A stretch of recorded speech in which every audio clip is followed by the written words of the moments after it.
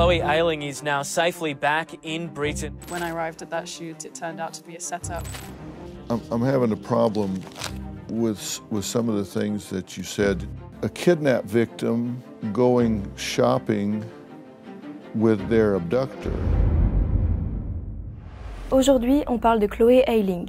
Nous sommes en 2017 lorsque Chloé Ayling franchit la porte du consulat britannique à Milan, en Italie. Elle a le visage marqué par la peur et la fatigue, mais ce qui surprend le plus, c'est le fait qu'elle raconte une histoire qui semble tout droit sortie d'un thriller. Elle dit avoir été kidnappée pour être vendue comme esclave sur le dark web, mais elle a réussi à s'échapper grâce à l'ami qui l'accompagne.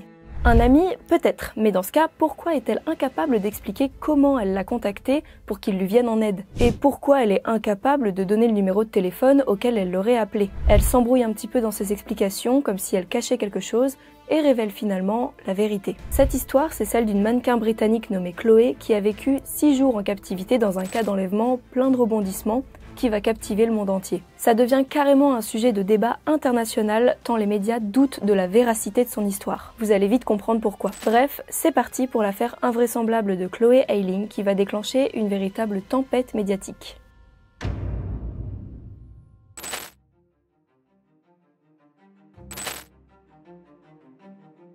Chloé Ayling est née en 1997 à Coulsdon, au sud de Londres. Elle a grandi dans un environnement typique de la classe moyenne britannique et on a assez peu d'éléments sur son enfance. Mais on sait qu'elle a été élevée par sa mère et elle est décrite comme une enfant joyeuse, plutôt introvertie. Très vite, à l'adolescence, elle montre un goût assez prononcé pour la mode et les réseaux sociaux n'aident pas. Étant née en 97, elle se retrouve rapidement, et comme beaucoup de jeunes de sa génération, sur les réseaux sociaux à partager du contenu.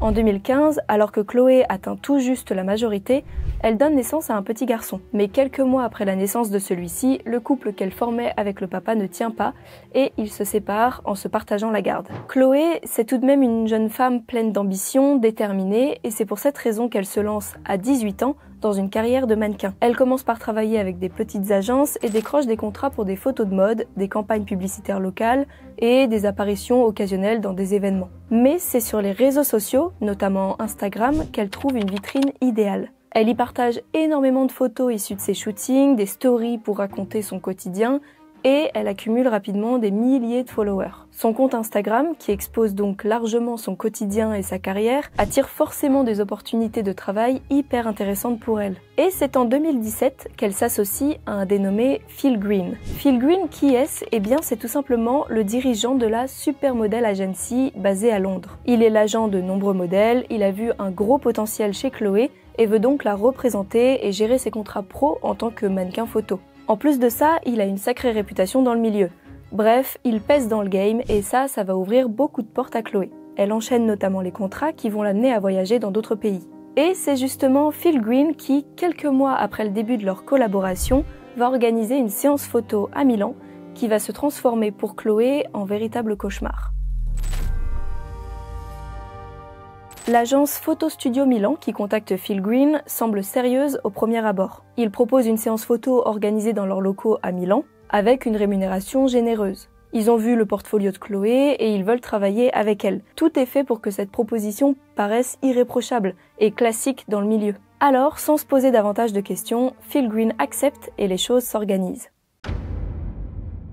Nous sommes le 10 juillet 2017, Chloé a pris l'avion et elle se réjouit à l'idée de réaliser un shooting photo en Italie. Qui plus est à Milan, qui est réputé pour ses défilés de mode majestueux, ses grands couturiers, c'est l'une des capitales de la mode et Chloé espère bien pouvoir un petit peu visiter la ville et faire du shopping avant de rentrer à Londres. Une fois sur place, une voiture l'attend afin de la conduire au shooting photo. Les hommes qui l'accueillent ont des logos ou des documents qui mentionnent le nom du studio photo qui réalise le shooting, donc pas de raison de se méfier. Après un petit peu de route, la voiture s'engage dans des rues excentrées de la ville au sud de Milan et finit par s'arrêter devant un bâtiment qui ressemble à un petit hangar ou un truc qui fait industriel. Bon, ça fait pas rêver, mais c'est pas si surprenant dans le cas des studios photos. Qu'importe l'extérieur, finalement c'est plutôt la beauté des clichés pris dans le lieu qui importe. À ce moment-là non plus, donc Chloé n'est pas surprise, mais le piège s'est déjà refermé sur elle.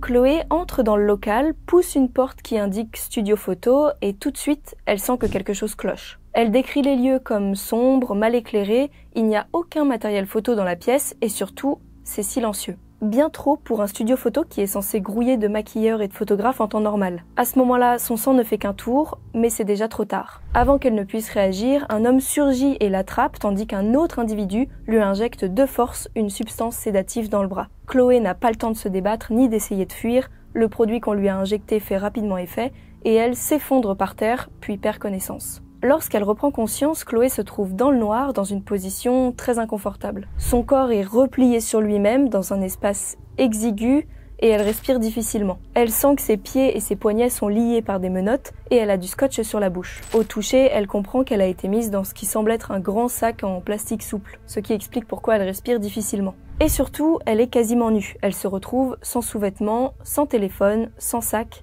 rien. Elle est complètement démunie. Chloé ne sait pas combien de temps elle a été inconsciente, ni où elle se trouve. Et là, elle entend des bruits sourds et continus.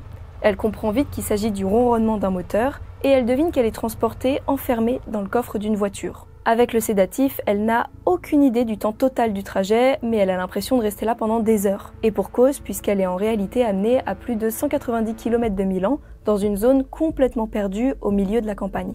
Elle passera donc plusieurs heures recroquevillée dans le coffre de la voiture.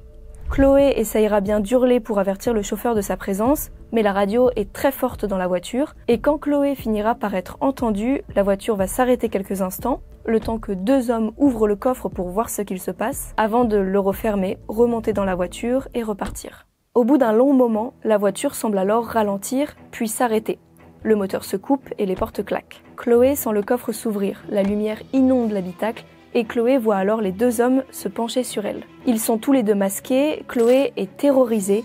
À ce moment-là, la seule chose qu'elle espère, c'est de ne pas souffrir et de mourir sans douleur. Les deux hommes la sortent de la voiture et d'un regard, Chloé aperçoit les alentours. C'est complètement désert, elle semble être en pleine campagne, mais il y a tout de même plusieurs maisons en pierre autour.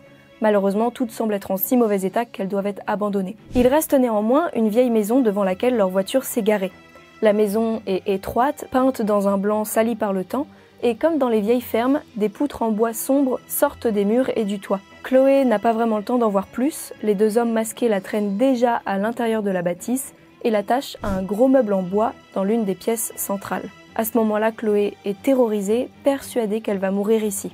Elle n'a aucun moyen de savoir où elle est, aucun moyen de prévenir qui que ce soit. Ses affaires sont sans doute restées au faux studio photo ou bien elles ont été jetées sur la route. Elle ne sait même pas qui sont ces hommes ni ce qu'ils lui veulent, même si elle va rapidement avoir la réponse.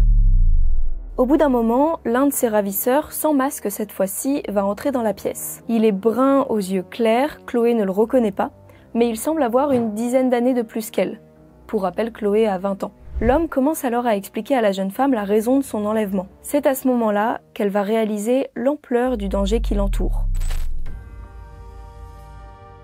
Toujours attachée à son meuble assise sur le sol, Chloé apprend avec stupeur qu'elle est retenue par une organisation appelée Black Death Group, une organisation qui est spécialisée dans la traite d'êtres humains sur le dark web. Son ravisseur lui explique qu'il prévoit de la vendre comme esclave sur le net pour l'équivalent de 300 000 €. Les potentiels acheteurs pourront enchérir sur elle via un site clandestin où elle sera décrite et photographiée comme un lot à acquérir. Chloé est sous le choc, elle n'avait pas une seule seconde imaginé finir comme ça. Le ravisseur de Chloé va d'ailleurs la prendre en photo dans un simple body rose pour illustrer la vente. Sur les photos prises, le visage de Chloé est livide, elle a l'air tétanisée par la peur. Et pour cause, puisque son ravisseur a donné des détails. Selon lui, Chloé est loin d'être la première victime de l'organisation et ils auraient fait un vrai business de la vente des jeunes femmes sur le dark web pour des clients principalement situés au Moyen-Orient. Il prévient même Chloé, la plupart de ces femmes finissent en pâture, jetées au tigre. Cette histoire complètement folle ne l'est finalement pas tant que ça quand on sait qu'aujourd'hui, la traite d'êtres humains est l'une des activités illicites les plus lucratives en Europe, tandis que le dark web ne conserve pas les données et permet à ceux qui l'utilisent de naviguer de manière anonyme. Fatalement, ça facilite grandement les crimes. Stupéfiants, médicaments, contrefaçons, armes, faux documents ou même des services de tueurs à gages, tout s'achète et tout se vend sur le dark web.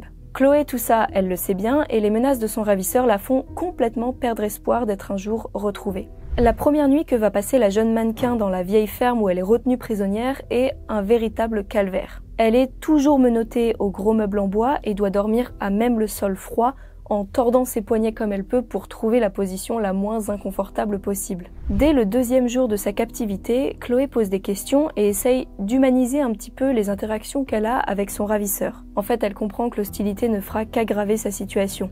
Alors, au lieu de s'opposer à lui, elle va se montrer agréable pour attiser sa sympathie. Elle n'a d'ailleurs pas revu le second homme masqué, donc elle est désormais seule avec celui qui a découvert son visage. La seconde nuit dans la maison, il y a du changement. Le ravisseur de Chloé va lui proposer de dormir avec lui dans un vrai lit. Après 2 jours et 1 nuit à même le sol, qui lui valent des membres complètement ankylosés, Chloé n'y réfléchit même pas à 2 fois et accepte la proposition. En fait, Chloé a perçu quelque chose depuis qu'elle est enfermée ici. Elle sent qu'elle plaît à cet homme et elle décide d'en jouer ou en tout cas d'en profiter pour dormir dans un vrai lit. Ils dorment alors chacun de leur côté et il ne se passe rien. Les jours de captivité de Chloé passent et le lien qu'elle crée peu à peu avec son ravisseur se développe autant que l'espoir d'être retrouvée diminue. Chloé est parfois autorisée à se déplacer dans la maison sous surveillance constante.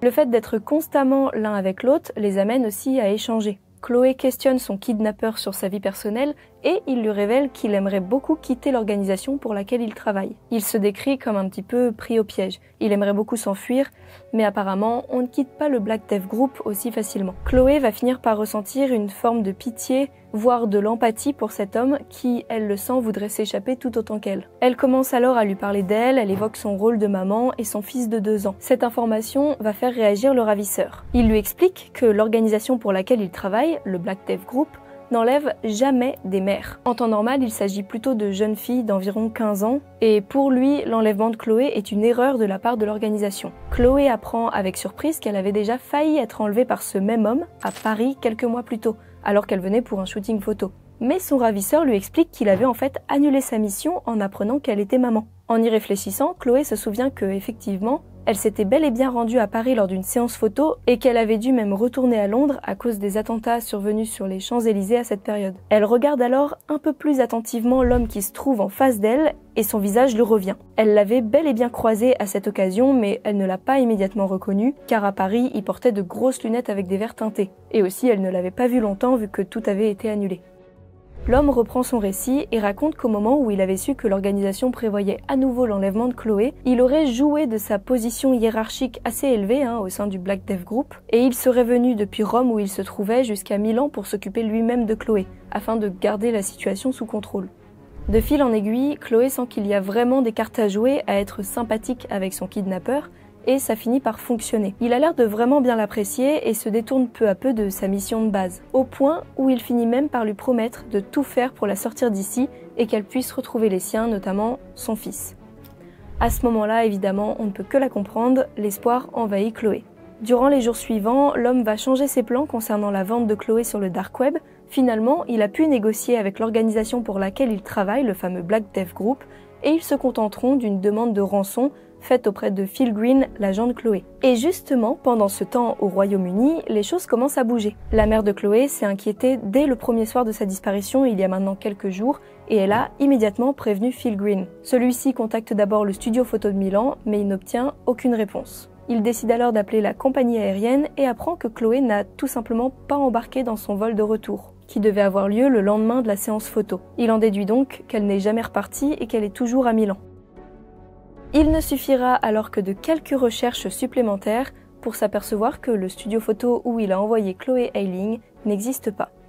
Grâce à la mère de Chloé, la police britannique est prévenue et elle se rend immédiatement chez Phil Green qui a reçu, entre-temps, un étrange email. Il s'agit de la demande de rançon pour un montant équivalent à 300 000 €. À partir de ce moment-là, la police va entamer des négociations avec le ravisseur et développer l'affaire jusqu'en Italie où se trouve Chloé. À son tour, la police italienne est prévenue et commence immédiatement les recherches. Ils se rendent bien évidemment à l'adresse du faux studio photo et dans le local, ils retrouvent les vêtements, le téléphone portable, les chaussures et le reste des effets personnels de Chloé abandonnés sur le sol. Malgré ces éléments, l'enquête piétine, les jours passent et Chloé reste toujours introuvable. Impossible de savoir où elle a pu être emmenée, les possibilités sont multiples. La police britannique propose de payer une partie de la rançon, donc l'équivalent de à peu près 20 000 €, mais ils peuvent pas faire grand chose de plus. C'est à ce moment-là et à la surprise générale, 6 jours après la disparition de la jeune femme, que Chloé Eileen refait surface. Nous sommes le lundi 17 juillet 2017 et le consulat britannique de Milan vient tout juste d'ouvrir. Une jeune femme accompagnée d'un homme passe la porte du bâtiment. Épuisée, les cernes creusées et les traits tirés, la jeune femme explique avoir été enlevée 7 jours plus tôt. Le lien est rapidement fait avec Chloé Eileen, la mannequin britannique que tout le monde recherche. Et à ce moment-là, les choses s'enchaînent. La jeune femme va être interrogée et elle est rapidement prise en charge par les forces de l'ordre.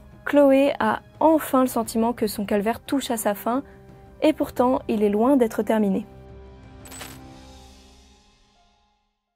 Lorsqu'on demande à Chloé comment elle a réussi à s'évader, elle explique qu'elle a réussi à appeler un ami pour qu'il la sauve. Et cet ami, c'est l'homme qui était avec elle en arrivant au consulat. Pourtant, impossible pour la jeune femme de redonner le numéro de téléphone auquel elle a pu le contacter. Impossible même pour elle de dire comment elle s'est procuré un téléphone. Elle s'embrouille, se perd un petit peu dans ses propos et finalement, elle craque. L'homme qui l'accompagne n'est autre que son ravisseur qui a demandé à Chloé de le faire passer pour un ami afin de ne pas être arrêté. La version de son ravisseur qui s'est donc rapidement fait arrêter, Lucas Erba de son vrai nom, va concorder avec sa déclaration. Il parle de l'organisation Black Death Group pour laquelle il travaille et de son désir de s'enfuir en même temps que sa captive. Il est donc inculpé pour l'enlèvement et la séquestration de la mannequin entre le 11 et le 17 juillet 2017. La police britannique est prévenue de la réapparition de Chloé, qui passera alors les 3 semaines suivantes en Italie afin de répondre aux questions des enquêteurs et donner tous les détails nécessaires à la résolution de l'affaire. Mais alors, qui est ce fameux Lucas Erba, le kidnappeur de Chloé? Et avec qui est-ce qu'il a agi? N'oublions pas qu'il y avait un deuxième homme dans la voiture lorsque Chloé a été enlevée. Lucas Erba, âgé de 30 ans au moment des faits, est d'origine polonaise. Lorsque les enquêteurs l'interrogent, cela fait déjà 3 semaines qu'il semble avoir quitté Londres, où il réside. Il ne venait donc pas de Rome, comme il l'avait prétendu auprès de Chloé. Sa version des faits a changé à plusieurs reprises, mais la première donnée est la suivante. Il a expliqué s'être engagé avec les autres malfaiteurs car il souhaitait récolter des fonds pour le traitement contre le cancer. Il affirme également être atteint d'une leucémie sans pour autant pouvoir fournir la moindre preuve médicale. Après des années passées auprès du Black Death Group, Lucas Erba n'en pouvait plus et il voulait tout simplement retrouver une vie normale. C'est pour ça, selon lui, qu'il a libéré Chloé en espérant pouvoir s'enfuir en même temps qu'elle. Bon, ça c'est sa version. La police italienne va procéder à plusieurs examens psychologiques et il sera décrit comme un homme dangereux, possédant un caractère fantasque et présentant des nombreux signes de mythomanie. Sa version des faits va d'ailleurs être remise en question puisque l'existence même du Black Death Group n'est pas du tout avérée. Alors attention, évidemment, la traite des êtres humains dans le monde, ça existe, des groupes mafieux qui trempent dans des affaires louches, ça existe aussi, mais là, il semblerait que ce nom ait été inventé de toutes pièces par Lucas Erba afin de ne pas porter toute la responsabilité de ses actes. L'enquête a également permis de trouver des messages échangés entre Lucas et son frère Michal Erba, évoquant le fait de bien nettoyer le coffre de la voiture et de ne pas y laisser de cheveux. Un peu étrange pour quelqu'un qui travaillait soi-disant pour une organisation secrète. En août 2017, donc 1 mois après la réapparition de Chloé, le frère du principal suspect, Michal Erba, 36 ans, est appréhendé près de Birmingham, au Royaume-Uni. Un mandat d'arrêt européen avait été délivré contre lui par les autorités italiennes. Dans la même période, après 1 semaine de captivité et 3 semaines à être interrogée par la police italienne, Chloé Eileen peut enfin rentrer chez elle, à Londres. Elle rentre chez elle, elle s'entoure de sa famille et est réellement soulagée d'être de retour, mais elle ne sera pas tranquille longtemps puisque la presse s'est déjà emparée de l'affaire. À peine rentrée, Chloé se fait interviewer dans le jardin même de la maison de sa mère. Tous les médias veulent être les premiers à récolter son témoignage. Elle ne leur donnera d'ailleurs qu'une déclaration courte, écrite sur un papier, qui donne peu de détails et les laisseront complètement sur leur faim. I've been through a terrifying experience. I feared for my life second by second, minute by minute, hour by hour. I am incredibly grateful to the Italian and UK authorities for all they have done to secure my safe release. Après ça, elle sera interviewée à plusieurs autres reprises et racontera son calvaire dans plusieurs émissions télé. Can you just take us back for those that don't remember or are unaware? What actually happened? Yes, I was working as a glamour model with frequent international jobs, and I was booked for a shoot by my old agent Phil. And when I arrived at that shoot, it turned out to be a setup, and I was attacked from behind by 2 masked men, injected with ketamine and stuffed into a holdall bag. Elle raconte la terreur qu'elle a vécue lors de l'enlèvement, le trajet en voiture, puis comment elle a dû presque charmer son ravisseur pour qu'il la libère enfin. Cependant, dès que l'histoire devient publique, des doutes commencent à émerger. Les médias et l'opinion publique remettent en question son récit, certains allant jusqu'à l'accuser d'avoir organisé son propre enlèvement pour attirer l'attention. Et oui, parce que depuis son retour au Royaume-Uni, Chloé ne ressemble pas du tout à la femme faible, traumatisée et éteinte que les médias s'attendaient à voir. Chloé sourit, elle semble heureuse, elle n'est pas en larmes, elle joue avec son petit chien, et en même temps, comment ne pas être heureuse d'être enfin rentrée chez elle en vie ? Suite à ses premières apparitions dans les médias, les rumeurs des sceptiques vont bon train. Et rapidement, les accusations se propagent, affirmant que Chloé aurait donc fait semblant de se faire enlever pour se faire connaître et ainsi servir sa carrière. En atteste le fait par exemple qu'elle multiplie les apparitions dans diverses émissions pour raconter son histoire. Après tout, c'est vrai que certains influenceurs ont déjà été capables de simuler leur propre mort pour faire le buzz, ou encore de mentir sur une potentielle grossesse, puis de faire croire à une fausse couche. Oui, c'est grave, mais ça existe. Mais dans ces cas-ci, le public s'est retourné contre eux en apprenant la vérité, pas en ayant quelques suspicions comme dans le cas de Chloé Ayling. Mais alors, pourquoi le public doute-t-il de l'histoire de Chloé ? C'est quand même étrange, un suspect a été appréhendé, son histoire tient la route, alors hormis le fait qu'elle apparaisse effectivement beaucoup dans les médias, pourquoi tant de doutes ? Les sceptiques justifient leur questionnement en mentionnant par exemple le fait que Chloé ait été capturée par des caméras de surveillance pendant sa captivité. On la voit alors dans un magasin de chaussures avec son ravisseur, chose qu'elle n'avait pas mentionnée lors de son interrogatoire. D'autres captures de caméras de surveillance vont montrer Chloé tenant la main de son ravisseur alors qu'il se promène dans la rue. Ou bien on les voit aussi dans un hall de bâtiment et Chloé sourit. Autre argument encore, toujours selon les sceptiques, Chloé et l'homme ont été aperçus prenant un petit déjeuner ensemble avant de se rendre au consulat britannique à Milan pour la libération de Chloé. Ces éléments, une fois sortis de leur contexte, ont entraîné de l'incompréhension de la part de ceux qui suivent cette affaire. Et oui, pourquoi n'aurait-elle pas essayé de s'enfuir ? Pourquoi ne pas prévenir les gens qu'elle a pu croiser dans la rue ou les magasins ? Mais Chloé se défend à juste titre. Elle explique que dans une situation pareille où elle était menacée de mort si elle tentait quoi que ce soit, elle n'a même pas voulu prendre ce risque. Because no one can understand it unless you've actually been through that, like how powerful the brain is and what you actually are led to believe. Like people don't understand that. It's easy for people to say, why didn't she try and escape? But it's really not that easy when you're in that situation. De la même manière, tenir la main de Lucas Serba et se montrer proche de lui ou amical au point de prendre un petit déjeuner avec lui, c'était finalement un petit peu sa seule manière d'espérer s'en sortir. Parce que oui, rappelons que c'est en suscitant l'intérêt chez cet homme qu'ils se sont rapprochés et qu'il a finalement voulu lui venir en aide et la libérer. Concernant cette histoire de magasin de chaussures, Chloé, pour rappel, était arrivée en sous-vêtements et pieds nus dans la maison de campagne. Donc elle a sans doute dû s'y rendre effectivement pour pas rester pieds nus. Le fait qu'elle l'ait pas dit pendant son interrogatoire peut sembler étrange effectivement, mais elle affirme avoir oublié de mentionner ce détail à cause de la fatigue. You spent 13 hours with the police, but you never mentioned going shopping. I know, that was because it was on the Sunday, that was at the end of, that was about like the 10th hour.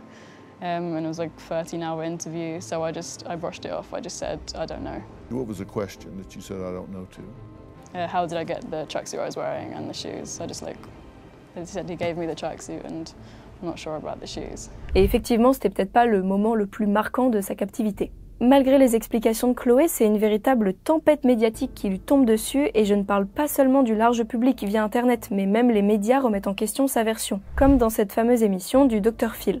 Le présentateur insiste, ne comprenant visiblement pas pourquoi Chloé ne s'est pas enfuie, et Chloé semble clairement sur la défensive, ce qui se comprend.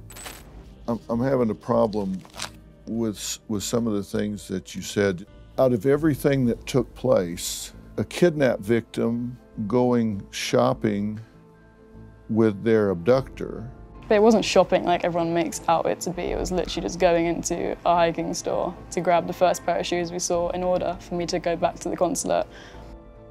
That's shopping. I mean, you left your prison and went out in public, walking around without chains, without cuffs, without anything.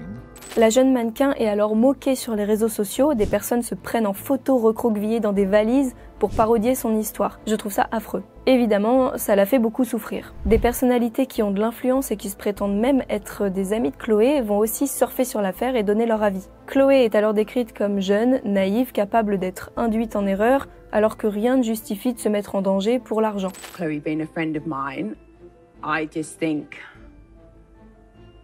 Chloe is a good girl, a little bit naive. Could she be misled?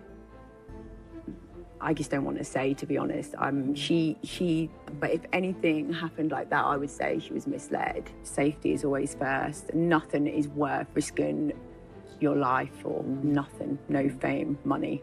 Bref, même ses prétendus amis mettent en doute ses déclarations, du moins cette amie-ci, qui semble carrément sous-entendre que Chloé a bêtement fait ça pour le buzz. Le fait que Chloé soit mannequin et qu'elle expose sa vie sur les réseaux sociaux joue un rôle hyper important dans cette affaire. Les femmes visibles médiatiquement, surtout celles qui sont dans des métiers liés à l'apparence, font souvent face à des préjugés injustes. Des recherches montrent par exemple que les femmes victimes de crimes violents sont souvent discréditées si elles ne correspondent pas à l'image de la victime parfaite. Des facteurs tels que l'apparence physique, le comportement ou la profession peuvent influencer la crédibilité d'une personne aux yeux d'un public. On attend d'une victime dite parfaite qu'elle soit vulnérable, qu'elle ait une réaction émotionnelle appropriée, donc qu'elle pleure. Et bien sûr, ce sont des stéréotypes, mais Chloé Ayling n'y répond pas du tout, ce qui ne va malheureusement pas en sa faveur aux yeux des médias. Pareil, le fait qu'elle noue des liens avec son agresseur, même si c'était dans le but d'attirer sa sympathie pour qu'il la libère, pour les médias, ça vient flouter un petit peu la position d'agresseur et de victime. Ça les met presque au même niveau alors que c'est pas du tout le cas. Une victime n'est pas forcément bâillonnée et ligotée et l'emprise peut bien sûr être beaucoup plus insidieuse et mentale. Il existe également une étude publiée dans le British Journal of Criminology qui révèle que les jurés dans les tribunaux ont tendance à attribuer une plus grande part de responsabilité aux victimes perçues comme moins conformes aux stéréotypes de la victime idéale. Par exemple, les femmes travaillant dans des professions liées à l'apparence, comme le mannequinat, peuvent être jugées plus sévèrement en raison de préjugés concernant leur moralité ou leur comportement. « Oh, elle est aguicheuse » ou « elle fait ça pour se mettre en avant ». C'est ce genre de choses qui peuvent passer par la tête des jurés. Évidemment, il est primordial d'apporter à toutes les victimes, quelle que soit leur apparence, leur profession ou leur comportement, une justice équitable.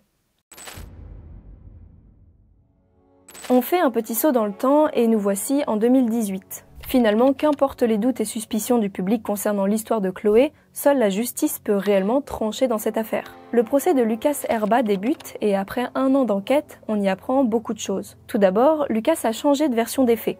Il avait tout d'abord indiqué avoir enlevé Chloé pour obtenir de l'argent pour récolter des fonds contre le cancer, et il avait parlé de sa leucémie. Il n'était en réalité pas malade et affirme désormais que Chloé et lui étaient deux mèches et que cet enlèvement n'était qu'un gros coup de buzz pour faire avancer la carrière de la modèle. Alors est-ce qu'il a utilisé les avis mitigés des médias contre Chloé ? Sans doute. L'enquête révèle finalement que Lucas était obsédé par Chloé et il finira même par dire qu'il voulait tout simplement l'aider à développer sa carrière afin de plaire à la jeune femme. Je pense qu'il y avait d'autres moyens de le faire, mais bon. On y apprend également qu'après avoir été récupérée par la police italienne, Chloé présentait une marque d'injection sur le bras, ce qui vient corroborer son histoire selon laquelle elle avait été endormie via une piqûre. Après examen, le sédatif qui lui avait été administré s'est révélé être de la kétamine. L'enquête a également permis de révéler le lieu exact où Chloé a passé ses jours de captivité.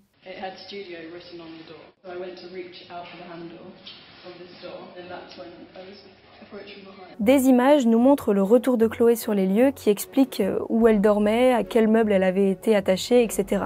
This is where the sleeping bag was placed. And my hands were, like, the handcuffs were around here. Io dormivo da quel lato. Lucas slept on this side. E Lucas dormiva da questa parte. He had the yellow blanket. Lui aveva la coperta gialla. And I had the red blanket. E lei invece aveva quella rossa. La maison en question se trouve dans un petit village de campagne vers Turin nommé Viu, qui se situe donc à plus de 150 km de Milan. On apprend également lors du procès que les mails de demande de rançon envoyés à Phil Green, donc l'agent de Chloé, provenaient bel et bien de l'ordinateur de Lucas. À l'audience, quand la proximité entre Lucas et Chloé est abordée, Chloé maintiendra ses propos et confirmera qu'elle voyait en Lucas son seul espoir de liberté. Elle croyait réellement à l'existence du Black Death Group prêt à la tuer si elle tentait de fuir ou d'avertir qui que ce soit. Elle expliquera avoir également cru que Lucas souhaitait vraiment quitter l'organisation pour laquelle il travaillait et qu'elle voyait en lui un allié pour sa fuite. Le jugement est alors prononcé, Lucas Herba est condamné le 11 juin 2018 à 16 ans et 9 mois d'emprisonnement pour l'enlèvement de Chloé Ayling et tentative d'extorsion. En 2019, le procès de Michal Herba débute, donc Michal, le frère de Lucas. Michal va nier avoir participé à l'enlèvement de la modèle et déclare comme son frère que Chloé avait organisé son propre enlèvement afin de faire le buzz. Il est finalement lui aussi condamné à 16 ans de prison pour avoir participé à l'enlèvement de Chloé Ayling.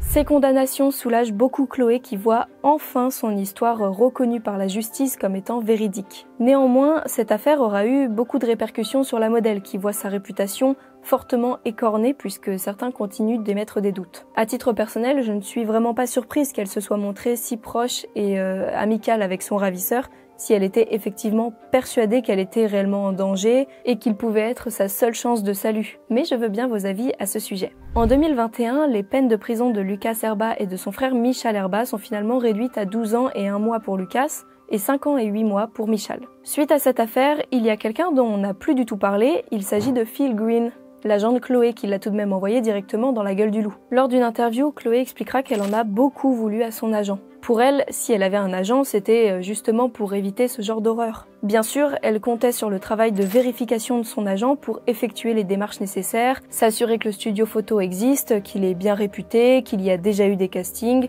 bref, s'assurer que tout est safe quoi. Malheureusement, il est clair que Phil n'avait absolument pas fait son travail, conduisant directement Chloé dans ce piège. Suite à cette affaire, elle va changer d'agence et cesser de travailler avec lui.